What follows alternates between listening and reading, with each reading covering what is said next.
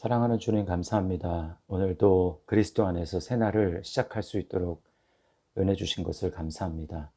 주님, 하나님의 말씀을 떠나서는 우리가 아무것도 할 수 없고 포도나무이신 그리스도를 떠나서는 열매 맺는 삶을 살 수 없는 것을 주님 앞에 고백합니다.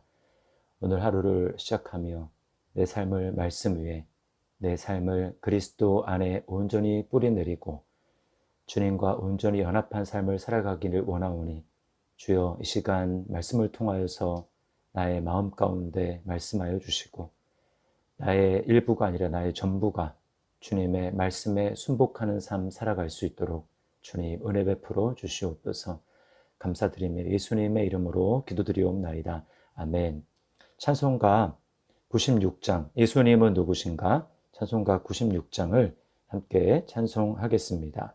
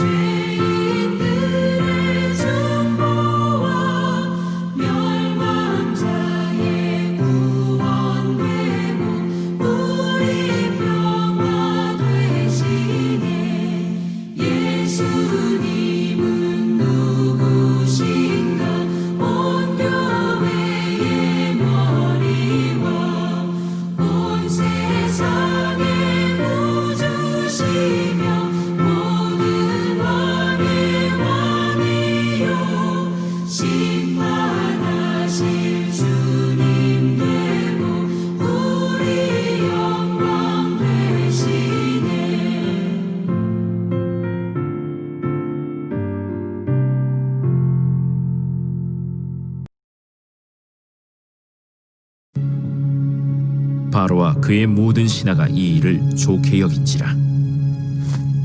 바로가 그의 신하들에게 이르되 이와 같이 하나님의 영에 감동된 사람을 우리가 어찌 찾을 수 있으리요? 하나님이 이 모든 것을 내게 보이셨으니 너와 같이 명철하고 지혜 있는 자가 없도다. 너는 내 집을 다스리라. 내 백성이 다 내 명령에 복종하리니 내가 너보다 높은 것은 내 왕자뿐이니라. 내가 너를 애굽 온 땅의 총리가 되게 하노라 하고 자기의 인장 반지를 빼어 요셉의 손에 끼우고 그에게 세마포 옷을 입히고 금사슬을 목에 걸고 자기에게 있는 버금 수레에 그를 태우매 무리가 그의 앞에서 소리 지르기를 엎드리라. 바로가 그에게 애굽 전국을 총리로 다스리게 하였더라. 나는 바로라. 애굽 온 땅에서 내 허락이 없이는 수족을 놀릴 자가 없으리라. 그가 요셉의 이름을 사브낫바네아라 하고 또 온의 제사장 보디베라의 딸 아스낫을 그에게 주어 아내로 삼게 하니라. 요셉이 나가 애굽 온 땅을 순찰하니라. 요셉이 애굽 왕 바로 앞에 설 때에 30세라. 그가 바로 앞을 떠나 애굽 온 땅을 순찰하니 7해 풍년에 토지 소출이 심히 많은지라. 요셉이 애굽 땅에 있는 그 7년 곡물을 거두어 각 성에 저장하되 각 성읍 주위의 밭의 곡물을 그 성읍 중에 쌓아두매 쌓아둔 곡식이 바다 모래같이 힘이 많아 세기를 그쳤으니 그 수가 한이 없음이었더라. 흉년이 들기 전에 요셉에게 두 아들이 나되 곧 온의 제사장 보디베라의 딸 아스낫이 그에게서 낳은지라. 요셉이 그의 장남의 이름을 므낫세라 하였으니 하나님이 내게 내 모든 고난과 내 아버지의 온 집리를 잊어버리게 하셨다. 차남의 이름을 에브라임이라 하였으니 하나님이 나를 내가 수고한 땅에서 번성하게 하셨다. 애굽 땅에 7해 풍년이 그치고 요셉의 말과 같이 7해 흉년이 들기 시작하매 각국에는 기근이 있으나 애굽 온 땅에는 먹을 것이 있더니 애굽 온 땅이 굶주리매 백성이 바로에게 부르짖어 양식을 구하는지라. 바로가 애굽 모든 백성에게 이르되 요셉에게 가서 그가 너희에게 이르는 대로 하라. 온 지면에 기근이 있음에 요셉이 모든 창고를 열고 애굽 백성에게 팔세. 애굽 땅에 기근이 심하며 각국 백성도 양식을 사려고 애굽으로 들어와 요셉에게 이르렀으니 기근이 온 세상에 심함이었더라. 오늘 본문의 말씀을 통해서 우리는 하나님이 마침내 요셉에게 주셨던 꿈을 이루시는 것을 보게 됩니다. 요셉을 오늘 바로가 뭐라고 얘기합니까? 사브넷 바네아다 이렇게 이야기를 합니다. 사브넷 바네아. 네, 여기 45절 말씀에 보면 그가 요셉의 이름을 사브낫 바네아라 하고 이렇게 이야기를 하죠. 사브넷 바네아라는 뜻은 시대의 구원자라는 뜻입니다. 그 시대에 요셉이 없었다면 애굽뿐만이 아니라 모든 주변의 나라들이 다 기근으로 흉년으로 굶어 죽었을 것입니다. 하나님이 요셉을 예비하셔서 그 시대를 구원하게 하신 것이죠. 그러나 그 시대의 세상의 흉년을 보호하기 위한 하나님의 준비하심이었다면 사실 이 세대를 구원하시기 위해 아니 온 인류를 구원하시기 위해서 하나님이 예비하신 사브넷 바네아 구원자는 바로 예수 그리스도입니다. 진짜 우리의 문제는 육적인 기근의 문제라기보다는 영적인 기근입니다. 요즘 문자적 의미에서 먹을 것이 없어 굶어 죽어가는 사람들은 없습니다. 물론 못 사는 나라들에 있죠. 그리고 그런 사람도 있을 수 있습니다. 그러나 더욱 중요한 것은 무엇인가? 육적인 양식보다 영적인 양식이라는 것입니다. 아무리 이 땅에서 배불리 먹고 잘 살았다고 하더라도 이 땅의 삶은 어차피 우리가 육신의 삶이 끝나는 그런 삶이죠. 이 세상은 영적으로 기근을 맞이하고 있습니다. 죄 때문입니다. 모든 사람이 죄를 범해 하나님의 영광에 이르지 못하고 있습니다. 아버지의 품을 떠난 탕자처럼 방황하며 줄인 삶을 살아가고 있습니다. 본인은 풍족한 삶을 산다 생각할지 모르지만 하나님의 말씀이 없는 삶, 생명의 근원이신 하나님과 떨어져 사는 삶은 그것은 영적으로 매우 굶주린 삶인 것이죠. 그런 의미에서 우리의 진정한 인류의 진정한 사브넷 바네아 즉 구원자는 바로 예수 그리스도입니다. 예수 그리스도만이 영적인 이 기갈의 문제를 해결해 주실 분입니다. 베세다 빈들에서의 기적을 기억합니까? 오병이어 사건이죠. 사람들이 줄여 있을 때에 주님께서 그들을 떡 2개와 물고기 5마리로 배불리 먹이십니다. 이때 사람들은 예수님이 자신의 삶의 빵의 문제를 해결해 줄 수 있다고 생각하고 왕으로 세우려고 합니다. 그러나 주님은 그들에게 이렇게 말씀합니다. 이 떡을 먹어도 죽지만 너희가 정말 살기 위해서는 하늘로 내려오는 참떡을 먹어야 산다. 생명의 떡을 먹어야 산다. 그것을 바로 인자라고 말씀을 하십니다. 예수 그리스도를 구세주로 주인으로 믿고 주님과 동행해야 영원히 살 수 있는 영적 생명을 누릴 수 있다는 것이죠.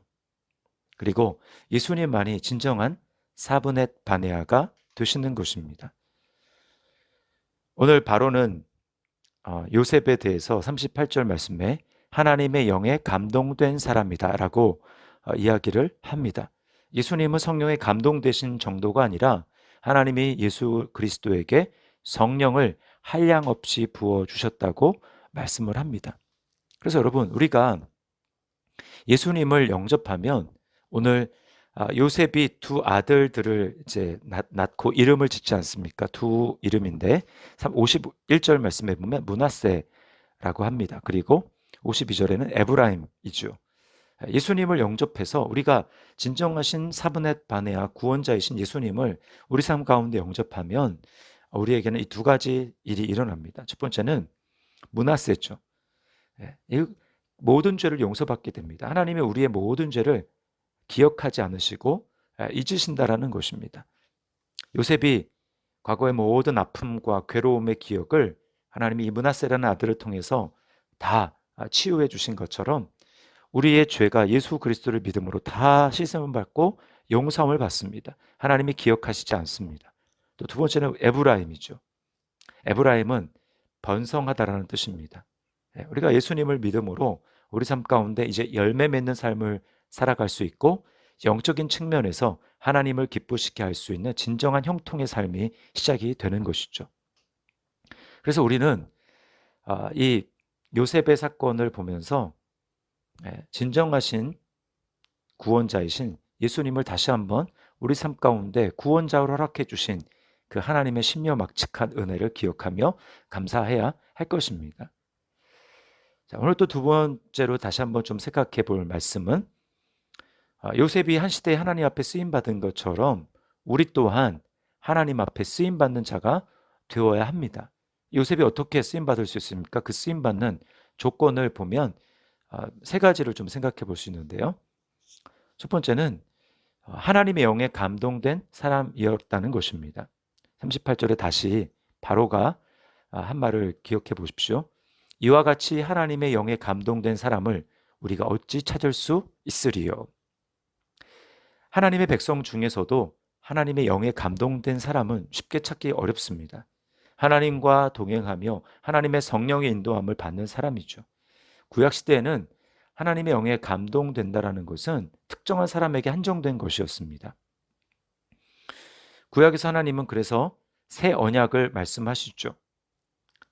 그래서 말세에 내가 내 영으로 모든 육체에 부어줄 것이라고 이제는 하나님의 영이 감동하시는 것, 하나님의 영을 부어주시는 것이 특정한 어떤 개인이 아니라 모든 육체에 부어주신다라고 말씀을 하십니다.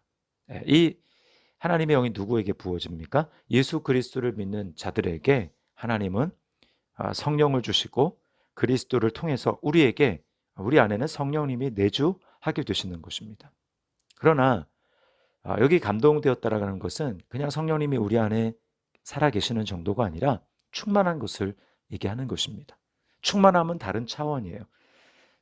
예수를 믿기만 하면 우리가 구원받지만 하나님의 영에 감동되기 위해서, 즉 충만함을 받기 위해서는 우리는 사모하고 간구해야 합니다.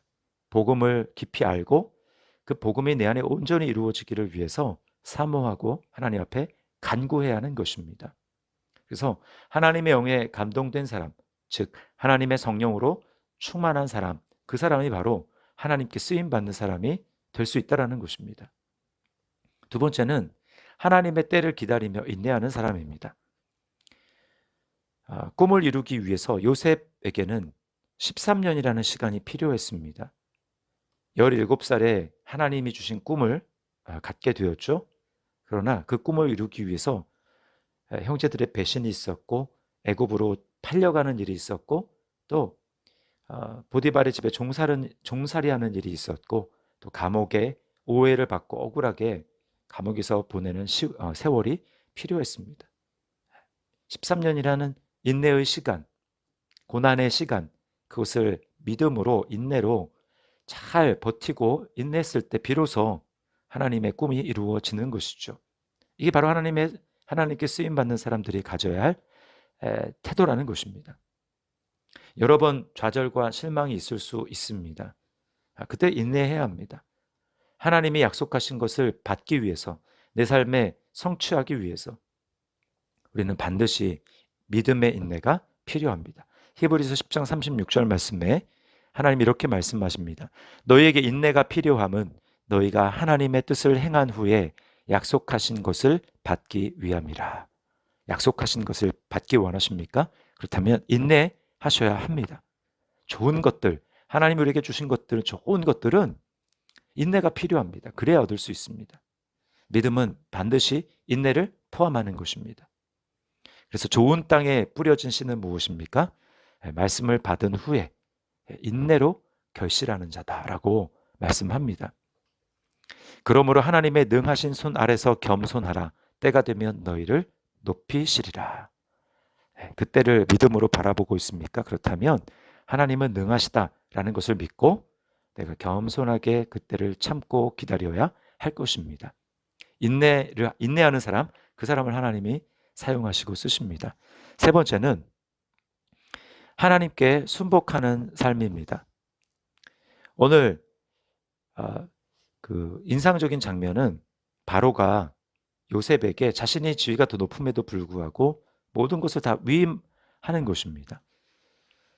41절에 보면 내가 너를 애굽 온 땅의 총리가 되게 하노라 하고 42절에 자기의 인장 반지를 빼어 요셉의 손에 끼우고 그에게 세마포옷을 입히고 금사슬을 목에 걸고라고 하죠. 자신의 나는 지혜가 없다. 너가 다스려라 라고 하면서 요셉에게 모든 것을 전권을 내어주고 있는 것을 봅니다. 뿐만 아니죠. 55절에 보면은 온 땅에 이제 기근이 시작됐을 때 백성이 바로에게 양식을 구합니다. 그때 바로가 어떻게 이야기합니까? 55절에 보면 요셉에게 가서 그가 너희에게 이르는 대로 하라. 이것입니다. 바로 무엇입니까? 바로 하나님께 순복하는 삶이죠. 요셉에게 가서 요셉이 무엇이라고 말하든지 다 그대로 해라. 그럴 때 그 위경 가운데 건짐을 받고 살아날 수 있다라고 하는 것입니다. 우리는 우리 앞길을 알 수 없습니다. 인생에 어려움이 있을 때 내 삶이 어떻게 되어야 될지 우리에게는 지혜가 없습니다. 그러나 우리의 삶을 인도하시고 모든 것을 알고 계시는 분은 누구입니까? 하나님이죠. 그러므로 하나님께 정말 쓰임받는 사람은 하나님께 순복하는 삶입니다. 그분을 왕으로 인정하는 것입니다. 그분의 권위에 인정하는 것입니다. 그분의 권위에 지혜에 무릎을 꿇는 것입니다. 그것은 바로 하나님의 말씀에 순종하는 삶이죠. 여러분, 우리가 매일매일 하나님의 권위를 인정하고 하나님이 내 삶의 주인 되심을 고백하는 구체적인 삶 행동은 무엇일까요? 그것은 날마다 그분의 음성을 듣는 것입니다. 그분의 말씀을 듣는 것입니다. 하루를 내 삶을 그분의 손에 의탁하고 그분께 물어보는 것입니다. 그리고 고민하고 있는 문제, 내 삶에 결정해야 될 문제를 내 지혜와 내 생각을 따를 것이 아니라 하나님의 말씀을 따르고 하나님의 말씀이 내게 가르쳐 주시는 대로 그 말씀에 순종하는 것입니다. 내 욕심에 하나님 말씀을 바꾸는 것이 아니라 내 욕심에 하나님 말씀을 끼워 맞추는 것이 아니라 내 욕심을 내려놓고 어떻게 되든지 하나님의 말씀을 따라가겠습니다 라고 하는 것이 바로 하나님께 순복하는 삶이며 하나님은 그런 사람을 축복하시고 그런 사람의 삶을 인도하시는 것입니다. 기억하십시오. 우리 인생의 구원자, 우리 인생의 사분의 반의 바로 예수 그리스도이십니다. 주님께 쓰임받는 삶, 주님을 경험하는 삶을 살기를 원하십니까? 그렇다면 오늘 요셉처럼 하나님의 영에 감동되어야 할 것입니다. 또 하나님의 약속을 이루기 위하여 인내하며 믿음의 인내를 감수해야 할 것입니다. 그리고 하나님을 사분의 반의하로 예수님 그리스도를 사내합 반의하라고 인정하며 그분께 전적으로 순종해야 할 것입니다. 우리에게 구원자를 주신 주님을 다시 한번 기억하고 감사드리며 내 삶을 하나님 앞에 쓰임받는 삶이 될 수 있기를 그렇게 의탁할 수 있기를 주님의 이름으로 축복합니다. 기도하겠습니다. 하나님 아버지 감사합니다. 우리 인생 육신에 먹을 것이 없어 죽어가는 인생 정도가 아니라 영혼에 먹을 것이 없어 영원한 멸망으로 향해 가는 나를 주님께서 구원자이신 예수 그리스도 진정한 사분의 바네아를 이 땅에 보내주셔서 육신의 기갈이 아니라 영적인 기갈로부터 나를 건져주시고 예수 그리스도로 말미암아 나의 영혼이 배부르고 만족하며 충만함을 얻을 수 있도록 인도하시니 감사합니다. 하나님이 지나간 나의 삶의 과거와 죄와 허물을 기억하지 않으시고 다 잊어주심을 감사합니다. 내 삶의 진정한 풍요로움, 번영이 시작된 것을 감사합니다. 주님, 이제 나를 위해서 사는 것이 아니라 주님을 위해서 살기를 원하고 하나님의 손에 쓰임받아 주님의 역사하심을 날마다 경험하는 그런 삶 살기를 원하오니 주님, 오늘 요셉이 하나님의 영에 감동되었던 것처럼 내가 주님 앞에 감동되기를 원합니다. 성령으로 충만하기를 원합니다. 그것을 갈망하기를 원합니다. 또한 내 삶에 어려움이 있다 할지라도 인내하며 믿음의 길을 묵묵히 걸어갈 수 있도록 인도하여 주시옵소서. 요셉이 오랜 시간을 믿음으로 그 고난의 세월을 인내함으로 마침내 하나님의 꿈을 이룬 것처럼 우리의 삶이 또한 그렇게 될 수 있도록 인도하여 주옵소서. 매일매일의 삶에 말씀에 순종하고 하나님이 내게 무엇을 말씀하시는지 그대로 순종하는 삶을 살아갈 수 있도록 주여 은혜 베풀어 주시옵소서.